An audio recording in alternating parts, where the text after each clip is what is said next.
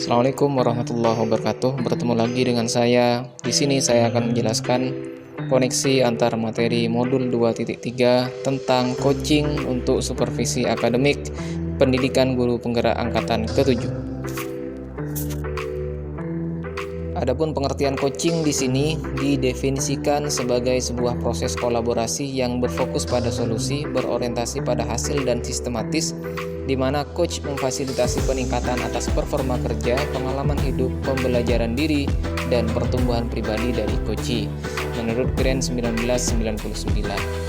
Kemudian, coaching sebagai kunci pembuka potensi seseorang untuk memaksimalkan kinerjanya, menurut Whitmore 2003. Jadi, coaching lebih kepada membantu seseorang untuk belajar daripada mengajarinya.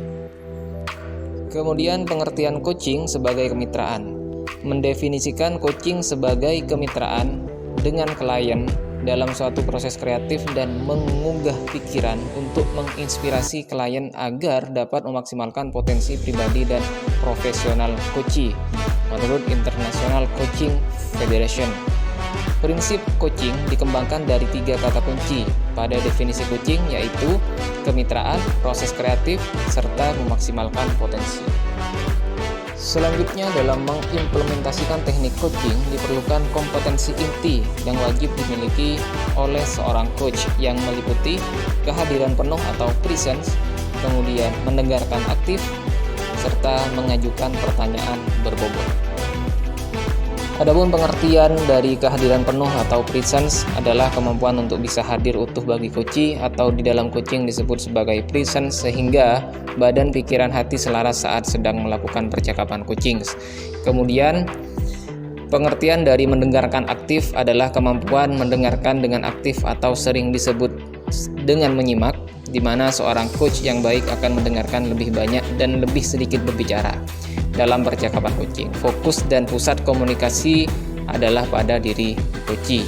Kemudian selanjutnya, pengertian dari mengajukan pertanyaan berbobot adalah kemampuan dalam mengajukan pertanyaan dengan tujuan tertentu atau pertanyaan berbobot, di mana pertanyaan yang diajukan seorang coach diharapkan mengunggah untuk berpikir dan dapat menstimulasi pemikiran coachee, memunculkan hal-hal yang mungkin belum terpikirkan sebelumnya, mengungkapkan emosi atau nilai dalam diri, dan yang dapat mendorong coachee untuk membuat sebuah aksi bagi pengembangan diri dan kompetensinya.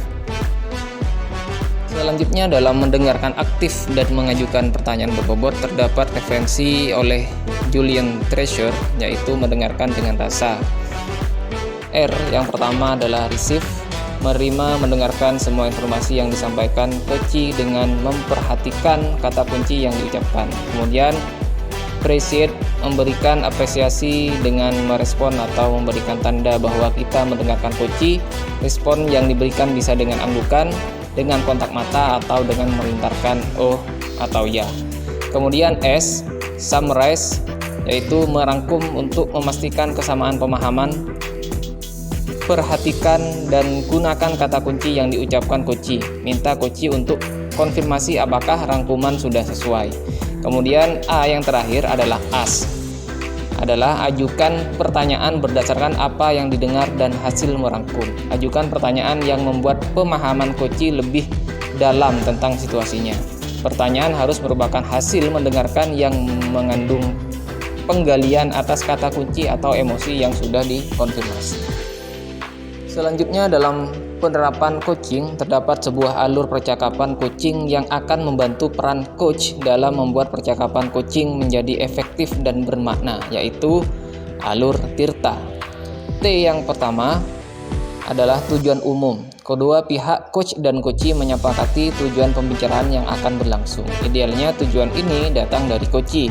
Kemudian I, identifikasi. Coach melakukan penggalian dan pemetaan situasi yang sedang dibicarakan dan menghubungkan dengan fakta-fakta yang ada pada saat sesi. Kemudian R, rencana aksi. Pengembangan ide atau alternatif solusi untuk rencana yang akan dibuat. Kemudian yang terakhir adalah TA, tanggung jawab. Membuat komitmen atas hasil yang dicapai dan untuk langkah selanjutnya. Adapun pengertian dari supervisi akademik merupakan serangkaian aktivitas yang bertujuan untuk memberikan dampak secara langsung pada guru dan kegiatan pembelajaran mereka di kelas.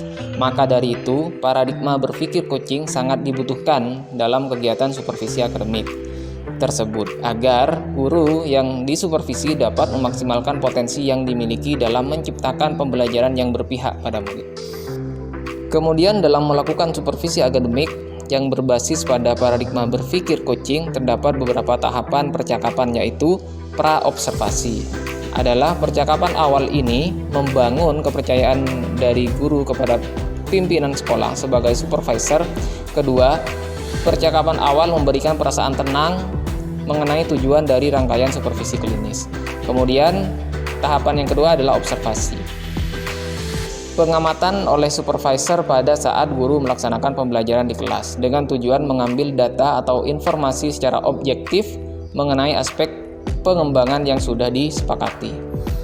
Tahapan terakhir yaitu pasca observasi, di mana supervisor memberikan ruang bagi guru berefleksi pada saat analisis hasil data observasi, dan melalui percakapan coaching guru dapat menemukan sendiri area pengembangan selanjutnya.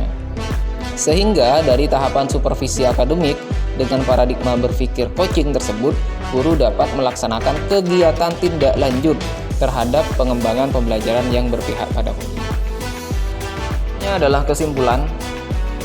Prinsip coaching selaras dengan filosofi Ki Hajar Dewantara yang menekankan bahwa tujuan pendidikan itu menuntut tumbuhnya atau hidupnya kekuatan kodrat anak sehingga dapat memperbaiki lakinya. Oleh sebab itu, keterampilan coaching perlu dimiliki para pendidik untuk menuntun segala kekuatan kodrat atau potensi, agar mencapai keselamatan dan kebahagiaan sebagai manusia maupun anggota masyarakat, baik kepada rekan sejawat dan siswa, serta dalam implementasi supervisi akademik. Selanjutnya adalah koneksi antar materi. Keterkaitan dengan modul 1.1 sebelumnya, yaitu filosofi Ki Hajar Dewantara menjelaskan bahwa pendidikan adalah menuntun segala kekuatan kodrat yang ada pada anak agar mereka mencapai keselamatan dan kebahagiaan yang setinggi-tingginya.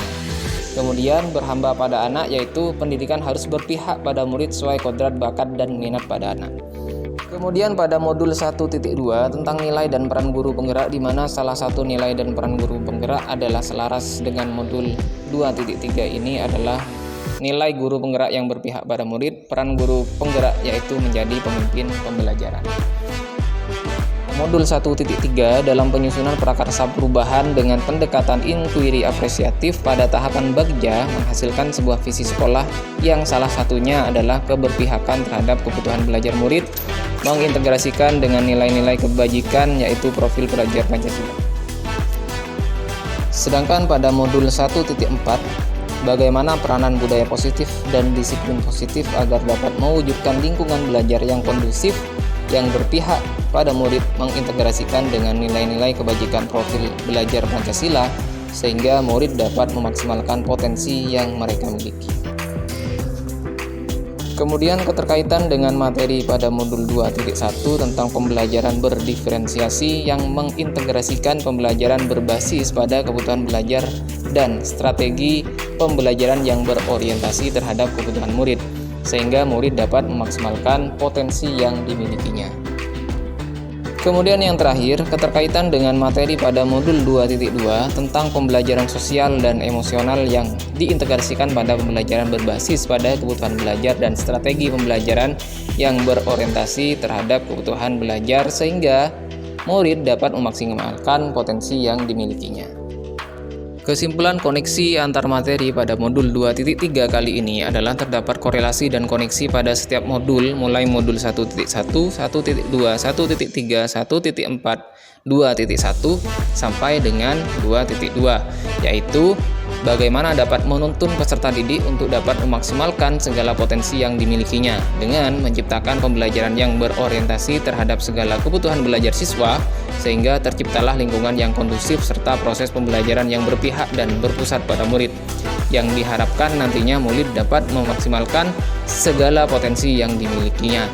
Berikut adalah skema dari keterkaitan atau koneksi antar modul mulai modul 1.1 sampai modul 2.3, di mana berujung pada pembelajaran yang menuntun dan berpihak pada murid. Berikutnya adalah pertanyaan di LMS, bagaimana peran Anda sebagai seorang coach di sekolah? Dan keterkaitannya dengan materi sebelumnya di paket modul 2, yaitu pembelajaran berdiferensiasi dan pembelajaran sosial dan emosional. Kemudian yang kedua, bagaimana keterkaitan keterampilan coaching dengan pengembangan kompetensi sebagai pemimpin pembelajaran. Adapun jawaban saya, yang pertama, peran saya sebagai seorang coach di sekolah dalam kaitannya pembelajaran berdiferensiasi dan pembelajaran sosial dan emosional dengan mengcoaching teman sejawat dan murid pada konteks mengintegrasikan pembelajaran berdiferensiasi dan pembelajaran sosial dan emosional terhadap teman sejawat maupun kepada murid di kelas. Kemudian yang kedua, keterkaitan keterampilan coaching dengan pengembangan kompetensi sebagai pemimpin pembelajaran menurut saya sangat sejalan dan selaras, karena sebagai pemimpin pembelajaran harus dapat menuntun murid dalam memaksimalkan potensi yang dimilikinya. Maka dari itu, paradigma berpikir coaching sangat dibutuhkan karena coaching merupakan pendekatan yang memberdayakan menuntun. Demikian presentasi terkait dengan koneksi antar materi pada modul 2.3. Ucapan terima kasih tidak lupa saya ucapkan kepada Bapak Agus Nurjito sebagai fasilitator, kemudian Bapak Samsul Arifin sebagai pengajar praktek. Wassalamualaikum warahmatullahi wabarakatuh.